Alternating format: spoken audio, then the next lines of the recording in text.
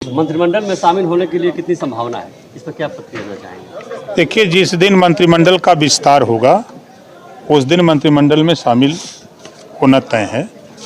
जो बात दिल्ली तय है, लखनऊ तय है, अब जिस दिन होगा उस दिन हो जाएगा। मंत्री न बनने पर क्या इंडिया गठबंधन में शामिल होने की संभावना है? ऐसा कुछ नहीं है। ये तो सूत्रों के हवाले से कुछ चैनल के साथियों ने खबर चलाई। देखिए, खबर सही होती है, राजभवन से कोई सूचना हो या मुख्यमंत्री ऑफिस से कोई सूचना हो तो उसको ऑथेंटिक माना जाता है कि नहीं ये टल गया क्यों। जब राजभवन और मुख्यमंत्री ऑफिस से कोई सूचना ही नहीं तो उस पे तो जो सूत्रों के हवाले से खबर जिन साथियों ने चलाई अब तो उन पे प्रश्न चिन्ह लग रहा है ना कि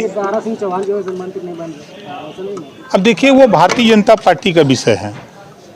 अब वो सवाल भारतीय जनता पार्टी से करिए और भारतीय समाज पार्टी से सवाल करिए।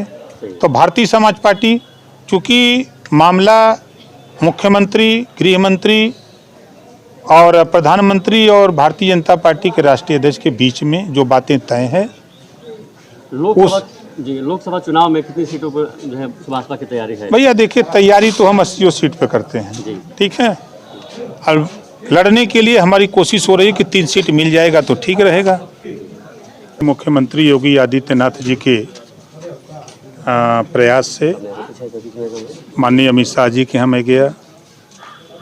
उसके पहले हमारी माननीय प्रधानमंत्री जी से बात 2022 के चुनाव के पहले उनके तरफ से प्रयासरत ये हो रहा था चुनाव के टाइम कि आप गठबंधन छोड़ करके आप आ जाओ, हमारे साथ गठबंधन कर लो। हमने कहा नहीं, अभी ये हम नहीं करते, हम जिनके साथ हैं चुनाव तक उनके साथ रहेंगे। फिर उन्होंने 24 की बात की थी तो हमने कहा कि 24 टाइम आएगा तो हम आपकी मदद करेंगे। तो सबकी राय से हम वहाँ गए हैं। मंत्रिमंडल के संबंध में जो बात तय है कि मंत्रिमंडल का विस्तार होगा तो आपको शामिल किया जाएगा। जहाँ तक सवाल आपको कि हमारे तरफ से तारीख, मैंने कोई तारीख नहीं दी। अखबार टीवी में जो भी बातें आई, हमसे अगर पूछा गया तो हमने कहा था कि हम 7 तारीख को बताएंगे, क्योंकि 7 को हमारी बात होनी थी कि मंत्रिमंडल विस्तार की क्या संभावना है। तो उधर से बात आई कि अभी हम लोग चुनाव में व्यस्त हैं और चुनाव में जो मध्य प्रदेश का चुनाव बीत जाता है तो फिर इस पर चर्चा होगी। तो ये माना जाए कि मध्य प्रदेश के चुनाव या जो 5 राज्यों के चुनाव हो रहे हैं इसके बाद मंत्रिमंडल विस्तार की संभावना है? देखिए, यूँ मान लीजिए कि ज्यों मंत्रिमंडल का विस्तार होगा उसमें ओम प्रकाश राजभर शामिल होंगे। अभी आप एक चीज़ कह रहे थे कि समीक्षा बैठक जब आप कर रहे थे तो अभी मैं सुन रहा था, आपने कहा कि जैसे ही मंत्रिमंडल विस्तार होगा ओम प्रकाश राजभर को कोई इग्नोर नहीं कर सकता। ये समर्थकों में केवल जोश भरने वाली बात थी या?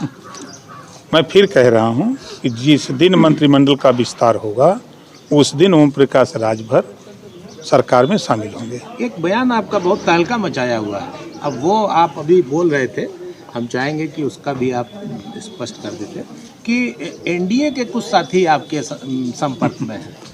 देखिए, हमारा संपर्क इंडिया के हमारा सबसे संपर्क रहता है।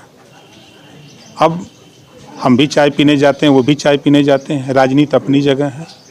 जब देश के बड़े नेता एक साथ बैठ करके चाय पीते हैं और छोटे कार्यकर्ता नीचे आपस में बेचारे लड़ते हैं, तो उसी बात पर मैंने कहा है कि हमारी बात सबसे होती है। आपने देखा होगा कि एक बयान, मैं महाराष्ट्र गया था, बॉम्बे, उद्धव ठाकरे जी का बयान शायद याद होगा। उन्होंने कहा कि ओम प्रकाश जी आप हमसे समझौता कर लो तो हम यहाँ के चुनाव को जो है हम चुनाव आसानी से जीत जाएंगे, मुझे किसी की ज़रूरत नहीं है।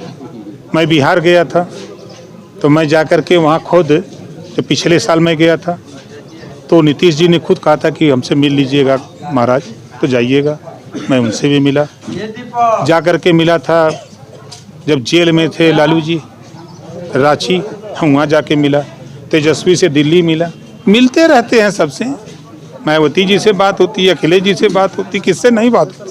मतलब राजनीति में अपार संभावनाएं हैं। देखिए, राजनीति में कौन नेता किसके साथ कब जाएगा कोई गारंटी नहीं। उदाहरण हम आपको बता दें, 17 के चुनाव में कांग्रेस पार्टी के संबंध में समाजवादी पार्टी ने कहा ना कि इनके पास कुछ नहीं, हमारी सबसे बड़ी भूल थी जो गठबंधन की।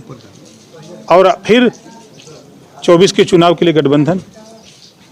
और मायावती जी ने कहा कि 2 जून की घटना को लेकर मायावती जी ने कहा कि अब कभी जीवन में सपा से गठबंधन नहीं। 19 में फिर हो गया। भारतीय जनता पार्टी को लेकर के लोग कहते हैं कि मुसलमानों की दुश्मन, महबूबा मुफ्ती अलगाववाद की राजनीति करने वाली पार्टी, उससे गठबंधन हुआ, 2 साल सरकार चली।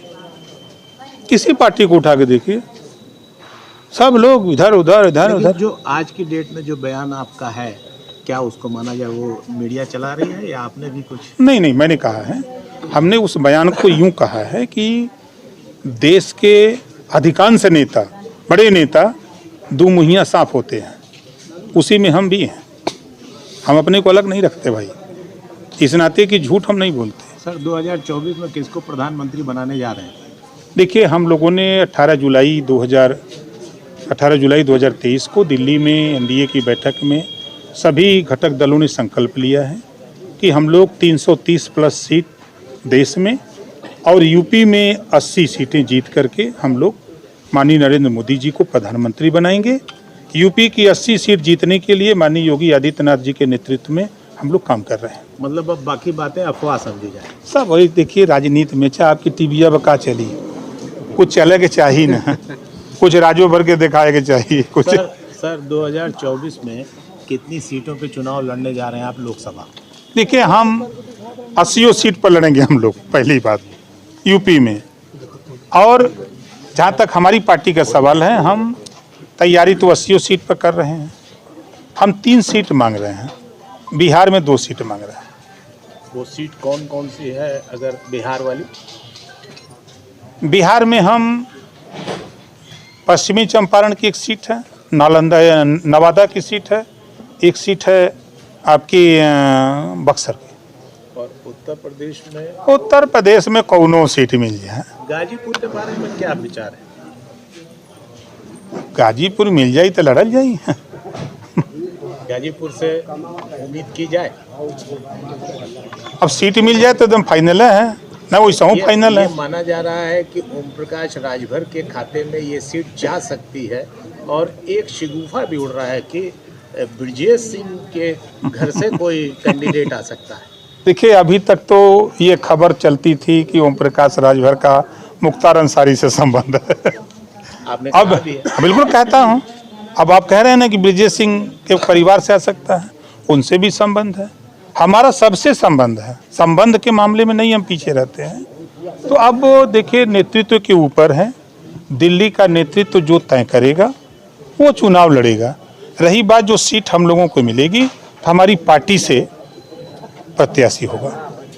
मंत्री जी, एक मामला और उठता है बिहार की, चूंकि आप चर्चा की है, तो बिहार में जिस तरीके से विधानसभा में मुख्यमंत्री जी ने एक इशारा किया था, आपने देखा होगा, तो उसको लेके क्या कहेंगे? देखिए, हम उनके बयान से सहमत नहीं हैं।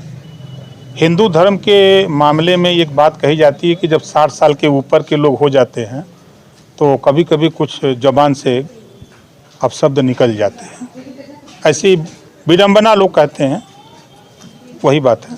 स्वामी प्रसाद मौर्य का एक बयान लक्ष्मी जी पे आया है।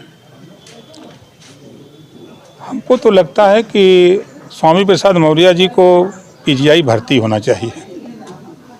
ये संविधान की बात नहीं मानते। शपथ लेते हैं, 5 साल जब मलाई खाना था तो भारतीय जनता पार्टी के साथ मलाई खाए, तब सरस्वती जी, लक्ष्मी जी और रामायण की चौपाई रामायण नहीं दिखाई दिया। 5 साल थे ना, 4 बार लगातार बहुजन समाज पार्टी में मंत्री थे, तब नहीं दिखाई दिया। अब सत्ता से बेदखल होने के बाद दिमाग का दिवालियापन हो गया है। बाबा साहब डॉक्टर अम्बेडकर जी ने संविधान में व्यवस्था दी है कि सभी लोगों को अपने अपने धर्म को मानने मनाने की व्यवस्था है। किसी के धर्म के खिलाफ किसी को टिप्पणी करने का नहीं। आप अपने धर्म को मानते हो, उसका प्रचार करो, उसके विषय में जनता को बताओ। आप किसी के धर्म की क्यों खिलाफत करते हो? ऐसा नहीं होना चाहिए।